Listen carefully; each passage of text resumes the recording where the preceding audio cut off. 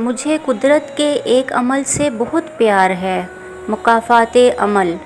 سکون سا آ جاتا ہے یہ لفظ سن کر کہ جو جیسا کرے گا ویسا بھرے گا۔ میں اپنا ہر غم اللہ کو بتاتا ہوں کیونکہ میرے غموں کا علاج صرف میرے اللہ کے پاس ہے۔ حضرت علی نے فرمایا، اچھا دوست ہاتھ اور آنکھ کی طرح ہوتا ہے۔ جب ہاتھ کو درد ہوتا ہے تو آنکھ روتی ہے، اور جب آنکھ روتی ہے تو ہاتھ آنسو صاف کرتا ہے۔ دعا دستک کی طرح ہوتی ہے اور مسلسل دستک دینے سے دروازہ کھل ہی جاتا ہے۔ کچھ تو اللہ کی بھی رضا ہوگی ورنہ دعائیں بے وجہ دل کا حصہ نہیں بنتی۔ ممکن یا ناممکن کا مت سوچو، بس اس پر یقین رکھو جو تم نے مانگا ہے پھر تمہیں وہی دیا جائے گا جو تم چاہتے ہو۔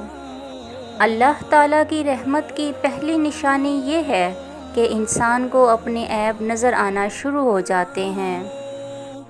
جو شخص اپنا راز چھپاتا ہے وہ اپنا اختیار اپنے ہاتھ میں رکھتا ہے۔